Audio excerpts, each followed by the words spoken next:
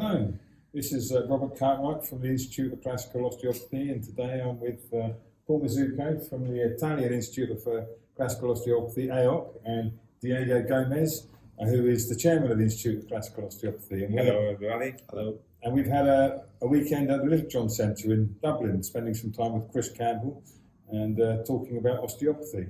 But this recording is going to be about Paul Mazzucco. Paul Mazzucco in Italy, yeah. Oh, hello, Paul. Hello. Nice to see you. Nice to see you too. So, Paul, how did you come to osteopathy? I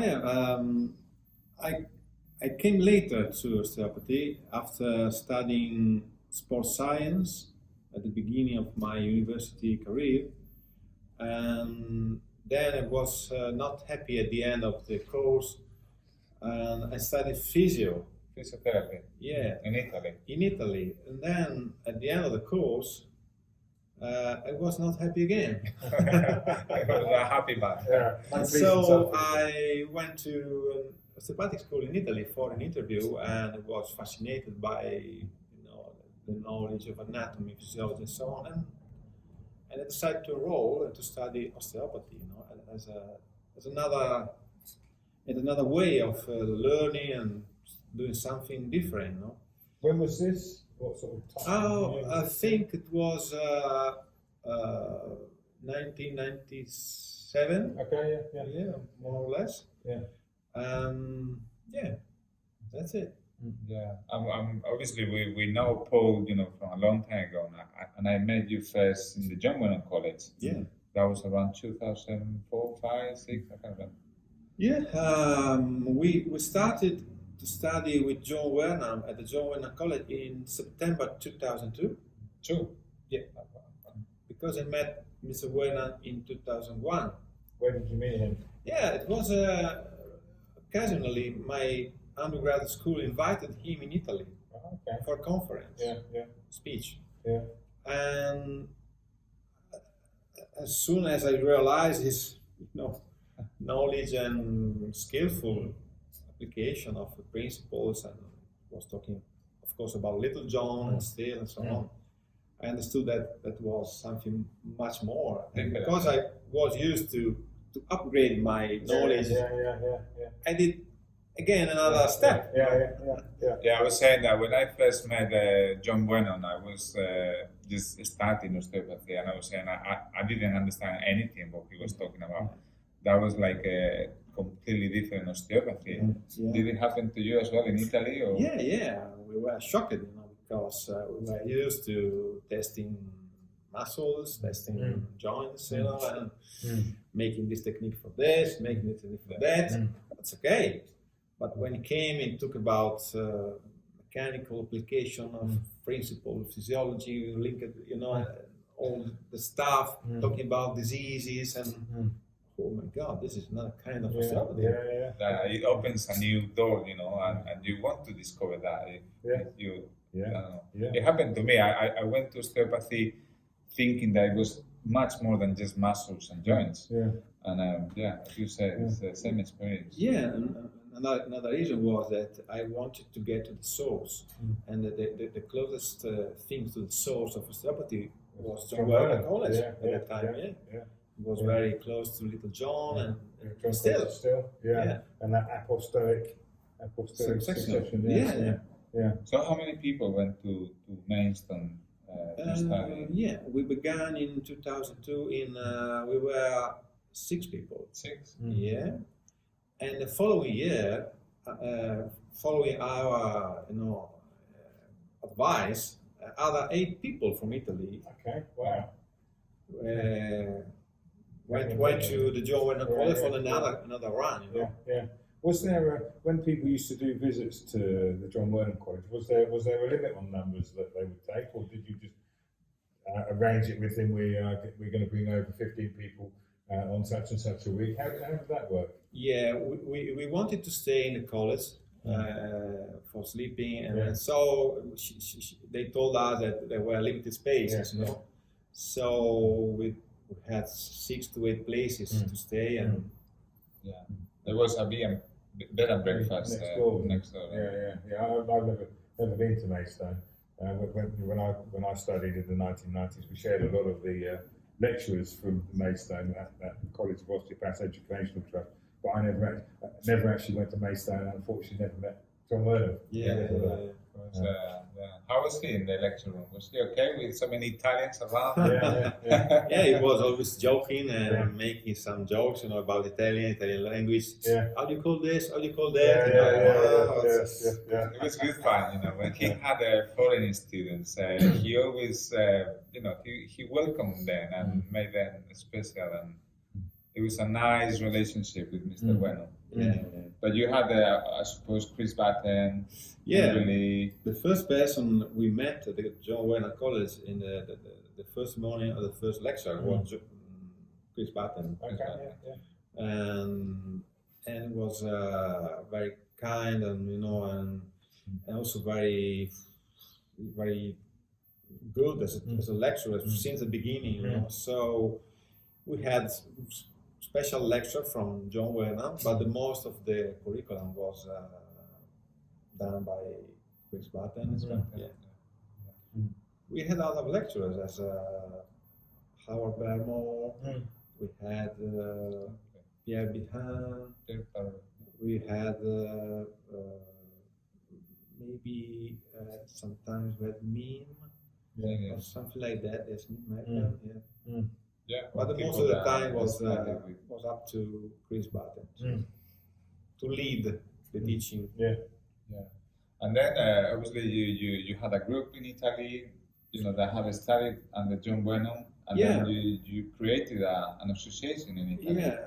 We were enthusiastic students at that time with John Wernham, and he was very old, but was very clear, and he told us and invited us to promote and to preserve classical osteopathy in Italy, and to find some place where to start teaching.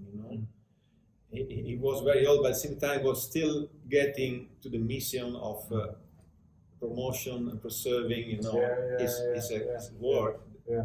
And so, following his invitation, we established an association, Italian Association of Classical Osteopathy. And we began with some, what year was that? Sorry? 2006. Okay. Yeah. And we began with some lectures, some conference, little conference. Inviting speakers to Italy. Invited speakers from UK to Italy. The beginning was tough because we didn't have students, we didn't have people to attend. I remember that we did a lot of effort to make a conference in Rome, and we had a lot of people. And then we did another one in Milan, and we were sure to have a lot of people. We had just 2 people. But that's the beginning. So everything. But we kept going, and we realized the first course in 2008 we have 8 people. I think I was on that one. No, it was in the one I attended. Was that Which one? First course is the conference. The first course. The first course was in 2008. Yeah. We started in Sanremo. In Sanremo. Sanremo, because Francesco and so on. And but we decided to do seminars close to other students, because we had students from Sicily. We did a seminar in Sicily. To make it easier for them to take away one flight, so. And we started, and since then we are still running courses. Right now, You run courses now every year. With the pandemic, I suppose. Of course, with the pandemic we slow it down, and we run mostly webinars and so on, in association with the Institute of Classical Osteopathy sometimes. But now we have a new course. We did 3 seminars of the foundation stage, of the new postgraduate diploma in classical osteopathy. And we have 17 enthusiastic people. 17 people. 17 people, Plus, we have a lot of people that is coming from review Right. from the previous courses. Yeah. Also, you allow people that Yeah. did the course in the past Yes. to come and So, as you saw in the Yeah. classroom, there could be up to 25 people. Yeah. That's a nice atmosphere. Yeah. Nice Yeah. atmosphere. Yeah, it was. It was busy. It was a really nice bunch of people. And one of the things that was impressive was how good their hands-on skills were. You know, already when I was there in seminar too, you know, they were already really developing their understanding, and their hands-on skills were changing from the more typical MSK type of osteopathy to this more sort of classical approach, and how your palpation is different, and how you feel someone's body is different, so you can interpret more. And they were really developing their skills at that point, so it's great to see. Yeah. And I suppose you translate most of the lectures. Yeah. And this is our duty, is Yeah. to, because we decided time ago because in Italy is the best way to do this course, I think, at the moment. We decided to maintain the original course as it is taught in England, in UK, and just to bring the same teacher, the same curricula in Italy, with the benefit of the translation. yeah, because most of those teachers come from the UK that trained with John Wernham and spend time at the ICO. So it's kind of the you go back to the origins. You don't bring. I know that many people just pick up something here, something there, mix up and do a course. But it was not my intention since the beginning. I wanted to make the original path. Yeah. And also, I suppose you translated books to Italian as well. Yeah, because unfortunately, the majority of the Italian students they are not good in English. Sure. They're not good in English. And the majority of the English lecturers, their Italian is even worse than the Italian. So I did a lot of translation during the past years, even if it's a very hard task to do, because a few time you have a lot of things to do. But I'm doing a lot of translation now, even if I push people to begin to study English, because even if I know the matter, the topics, but it is not so easy to translate, even if because most of the material is in all the English language, and sometimes you are not able to make a proper sense in Italian language. No, or sometimes reading it in English, when your native tongue is English, like mine is. When I first started reading those books, because it's written in relatively antiquated language, it is difficult to understand. And, some of the names of things are different, like different parts of the autonomic nervous system, like the cerebrospinal system, rather than the parasympathetics. And that's interesting. And stuff like the pneumogastric nerve, and stuff like that. Rather than the vagus. But it's funny when we translate, because I do the same in Spain. Sometimes we have to stop the speaker, the teacher, and discuss between us in Spanish and Italian, I suppose. And and the teacher is there waiting. Okay, no, it's okay. Now we understand. It's so funny. This is quite interesting, because you're thinking, okay, well, what are they talking about? And you say, what did they say? And they said, oh yeah, that's fine. And it was a really long conversation. Yeah, but it's a good discussion, because even though we have been translating for many years, and we know, how to translate, and we know the subject, the students, the new students, they need to to be precise in the meaning of this and that, and even not even translating to Italian, it's translating to Italian specific medical subject, acceptable language. Exactly. But there's quite a lot of nuance in it, isn't it? So that it's getting the specifics of it But what I find amazing is translating, those books, principles, mechanics, and those. I did translate principle mechanics, both mechanics 1 and 2, and pathology, and osteopathic lesion. I translated. And where do you have all those? Can anyone in Italy buy those books? Or No, we don't sell. Association? At the moment, as an association, we can sell only to the associated people. We can't sell on the market, So we decided to have a website, a section with a password where we put all the material for the students, and so for their benefit, we don't make money from our job as an association, It's, you do it for the love of it. From, as I said before, we do for passion and from gratitude, gratitude towards the people that did before us, So, how do you see as what you do now? How you practice now. How different is that from how you practiced after training to be an osteopath before you went to study classical osteopathy? It's another job. It's another job. Nothing compared to what I did, because in the undergraduate studies we had a lot of rules. If it is in this way, you do that way. If it is in that way, you do this way. A lot of rules, a lot of protocols. Treating with protocols. This is something that is a medical language, acceptable medical language, protocols. Even when I studied physio, there were a lot of protocols. I hate protocols. I don't like to follow a path for every patient. For this reason, I think I wanted to do more courses, to understand it with more about how to work with principles. And not with protocols. It's the same P at the beginning, but it's different meaning, isn't it?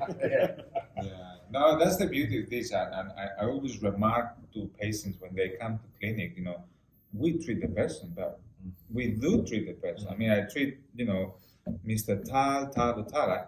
We don't treat conditions. Of course, we have to know about conditions and medical conditions, and we are trained to understand all that. But our job is to treat the person. And it's another rule. So, are you bored of being an osteopath? Not yet. Not yet. That's important because there are so many people leaving the profession, and it's. I couldn't do anything else.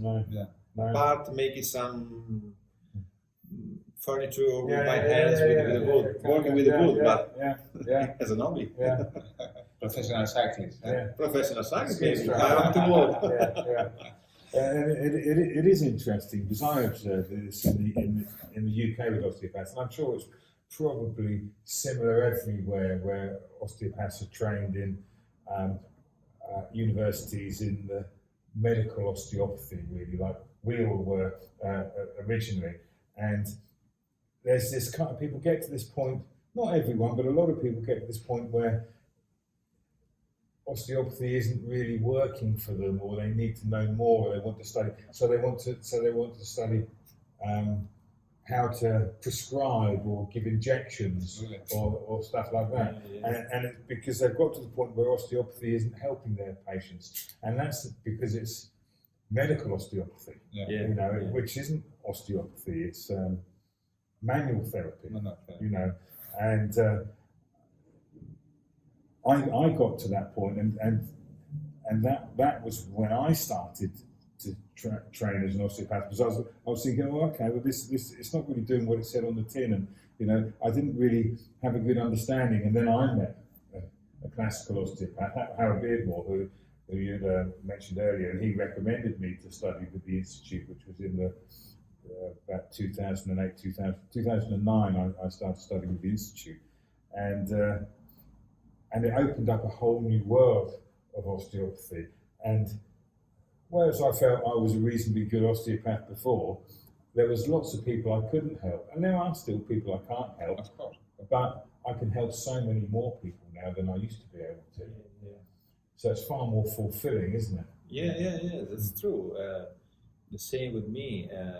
I also feel that this kind of treatment, this kind of view, this kind of practice is more in line with the genuine initial thought of the pioneer. What they are practicing now is something that is more acceptable for medical establishment. And because they want to go towards the medical establishment as far as is possible, as close as possible, they are available to cut things from our job, and they did. They already did many years ago, and they're still doing. For this reason, people that study that kind of osteopathy is pushed to look for something else, to add something else, because it's too shallow, Because it's taken out the really powerful stuff. So it's useful. Not useful. The opposite is useless. Useless. And so they add something.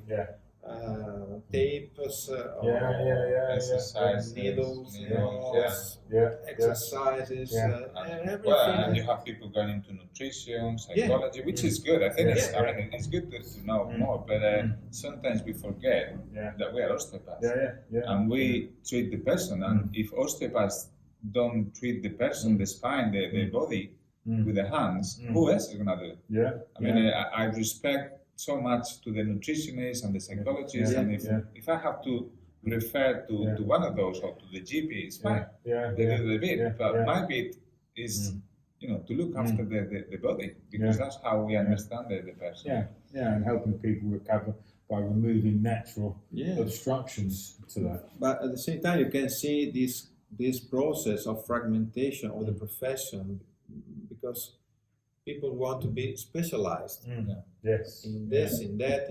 Are you specialized in children? Oh, I can get you my baby. Why? In the course, in the postgraduate course of classical osteopathy, there is everything you need to apply it from. When they ask me, which patient do you see? From 0 to 100. Yes, exactly. Everything is good. Everything is good. There is everything inside. To be applicable for any condition, for any age. You don't need to specialize yourself. This is another medical requirement.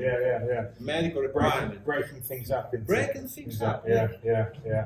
And the students that come and study with you at your Italian Institute of Classical Osteopathy, do they tell you why they come and study? I know that a little bunch of people involved in the profession is feeling this fragmentation, this little knowledge that is in the undergraduate courses, and so they want to know the genuine path, the genuine meaning of what is their job. This is the main reason. And also because they feel that with many patients, they don't know what to do. They don't know what to do. Because, and also because, they are oriented to a medical approach with the using of manual therapy. That is something that is foreign to our job. And so they want to know something more, something more useful, something missing, the missing dot. That's what we find. It's the same as the people who come to the UK courses. The reasons they come is always the same, because they felt something is missing from their education that enables them to apply osteopathy as it should have been, something that gives them a rationale, and that. What is missing is usually understanding the principles and knowing how to treat with the principles, and that giving them a rationale for treatment. I mean, I would love spending more time talking to Paul, and we have to finish. But I just want to finish with the last question we normally do: is how do you feel, osteopathy in the future? I mean, do you have an idea of how osteopathy is going to go or something? Or maybe in Italy, how you feel? I can speak much better about Italy. Yeah. It's something that I'm thinking about since a long time. I think that at a certain point we have to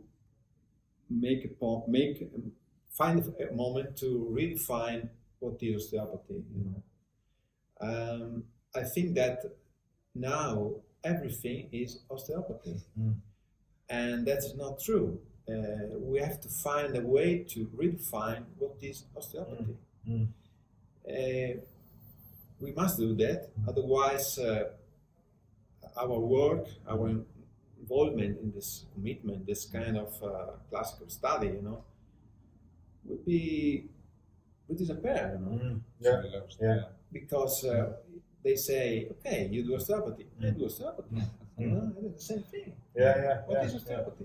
What is osteopathy? We have to redefine what is osteopathy. I agree. I totally agree with you. Making some kind of list of principle of statements, that is required by profession. I think so. Yeah, interesting. Okay, so well, we don't have more time for this, but I'm sure we will have another conversation. Yeah. So thank you very much for listening. So adios. Me despido. Bye. Thank you very much. Ciao. Ciao.